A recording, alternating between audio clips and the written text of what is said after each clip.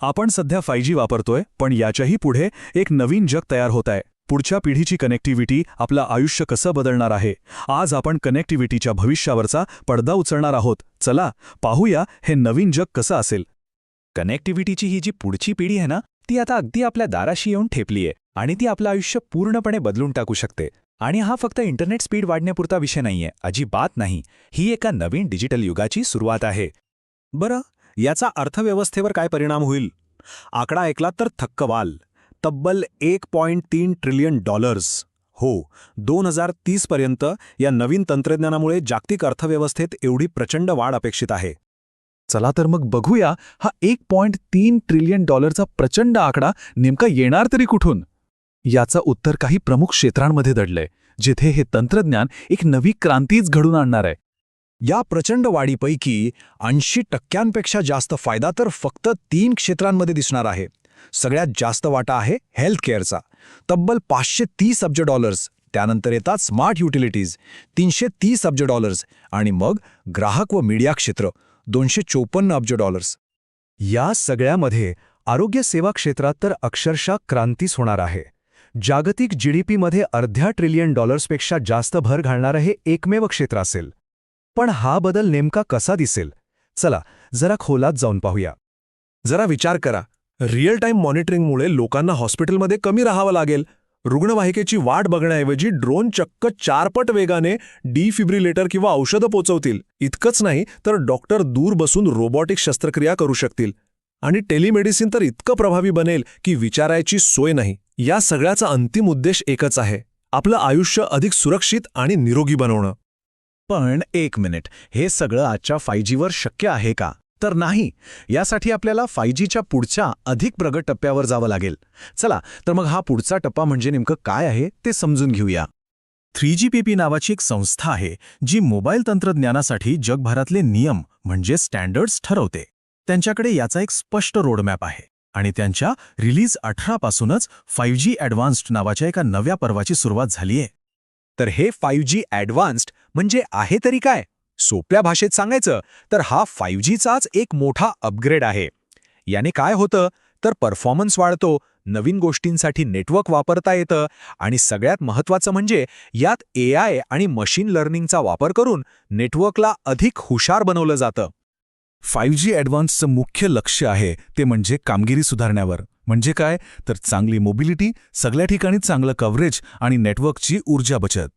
थोडक्यात एक जास्त वेगवान आणि जास्त कार्यक्षम नेटवर्क. याशिवाय हे तंत्रज्ञान स्पेक्ट्रमचा खूप चांगल्या प्रकारे वापर करतं. आता स्पेक्ट्रम म्हणजे काय तर वायरलेस सिग्नलसाठी वापरल्या जाणाऱ्या एअरवेव्स, आणि त्या खूप मर्यादित आणि महत्त्वाच्या असतात. त्यामुळे त्यांचा योग्य वापर करणं खूप गरजेचं आहे. आणि हो, हे नवीन नेटवर्क फक्त आपल्या मोबाईल फोनपुरतं मर्यादित नाहीये. XR हेडसेट, ड्रोन, अगदी छोट्या छोट्या सेन्सर्सपर्यंत अशा वेगवेगळ्या प्रकारच्या उपकरणांना सपोर्ट करण्यासाठी हे तयार केले जातंय. 5G ॲडव्हान्स्ड तर झाला एक महत्त्वाचा टप्पा. पण यानंतरची खरी मोठी झेप आहे ती म्हणजे 6G. ही एक पूर्णपणे नवीन पिढी असणार आहे जी तंत्रज्ञानाच्या कक्षाच बदलून टाकेल. 5G आणि 6Gमध्ये फरक काय आहे हे बघितलं तर खूप इंटरेस्टिंग आहे. 5Gमध्ये मिलीमीटर वेव्ह वापरतात, तर 6Gमध्ये त्याहूनही जास्त फ्रिक्वेन्सीच्या टेराहर्ट्झ वेव्हज असतील. 5Gचं ध्येय होतं सगळ्या गोष्टींना जोडणं, तर 6Gचं ध्येय असेल मानव केंद्रित सिस्टीम बनवणं. आणि लेटन्सी म्हणजे रिस्पॉन्स टाईम तो तर जवळजवळ 0 असेल, म्हणजे क्लिक केल्या क्षणीच काम. 6G हे मानव केंद्रित असेल असं म्हटलं जात आहे. याचा नेमका अर्थ काय तर यात लोकांची सुरक्षा आणि प्रायव्हसी याला सगळ्यात जास्त महत्त्व दिलं जाईल. आणि नेटवर्कच्या डिझाईनमध्ये AIचा इतका खोलवर वापर होईल की नेटवर्क स्वतःला ऑप्टिमाइज करू शकेल. पण थांबा, हे सगळं भविष्य प्रत्यक्षात उतरवणं तितकं सोपं नाहीये. या वाटेत बरीच तांत्रिक आणि व्यावहारिक आव्हानं आहेत. चला त्यावरही एक नजर टाकूया. या हाय फ्रिक्वेन्सी लहरींची सगळ्यात मोठी डोकेदुखी म्हणजे त्यांची रेंज खूप कमी असते. म्हणजे इमारती, झाडं, भिंती, इतकंच काय पावसामुळे सुद्धा सिग्नल सहज ब्लॉक होतो. आता यावर उपाय काय तर खूप जास्त संख्येने छोटे छोटे टॉवर्स लावावे लागतील, ज्यामुळे खर्च प्रचंड वाढेल. शिवाय ही उपकरणं जास्त वीज खातात आणि ती बनवण्यासाठी लागणारे चिपसेट आणि साहित्यही खूप महाग आहे.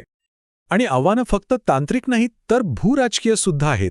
जगभरात या तंत्रज्ञानावर वर्चस्व मिळवण्यासाठी एक स्पर्धा सुरू झाली आहे आणि काही विश्लेषकांच्या मते या स्पर्धेमुळे 6Gच्या जागतिक मानकांमध्ये फूट पडू शकते. म्हणजे जगासाठी एकच 6G स्टँडर्ड न राहता वेगवेगळे स्टँडर्ड्स तयार होऊ शकतात. पण ह्या सगळ्या आव्हानांना न जुमानता उद्याच्या तंत्रज्ञानासाठी जगभरात एक शर्यत मात्र जोरात सुरू आहे. पाहूया या शर्यतीचा रोडमॅप कसा दिसतोय. तर आपण 6G पर्यंत कधी पोहोचणार बघा. 2022 मध्ये 5G ॲडव्हान्स्डवर काम सुरू झालंय. साधारणपणे 2025च्या आसपास 6G साठी स्टँडर्ड्स बनवायला सुरुवात होईल अशी अपेक्षा आहे. आणि 2030च्या दशकाच्या सुरुवातीला 6G नेटवर्क्स आपल्याला व्यावसायिक वापरासाठी उपलब्ध झालेली दिसू शकतात. आणि ही फक्त काही कंपन्यांमधली स्पर्धा नाहीये. उत्तर अमेरिका, युरोप, आशिया इथल्या सरकारांनी 6Gला राष्ट्रीय प्राधान्य दिलंय. ते मोठ्या संशोधन प्रकल्पांमध्ये भरपूर पैसा गुंतवत आहेत. म्हणजे ही एक जागतिक तंत्रज्ञान शर्यत आहे, हे नक्की. जसजसं आपलं खरं जग आणि डिजिटल जग एकमेकांमध्ये मिसळून जाईल आणि एक अखंड अनुभव तयार होईल, तेव्हा आपण काय नवीन निर्माण करू? हा एक असा प्रश्न आहे जो आपल्याला तंत्रज्ञानाच्या भविष्यातील अमर्याद शक्यतांवर विचार करायला भाग पाडतो.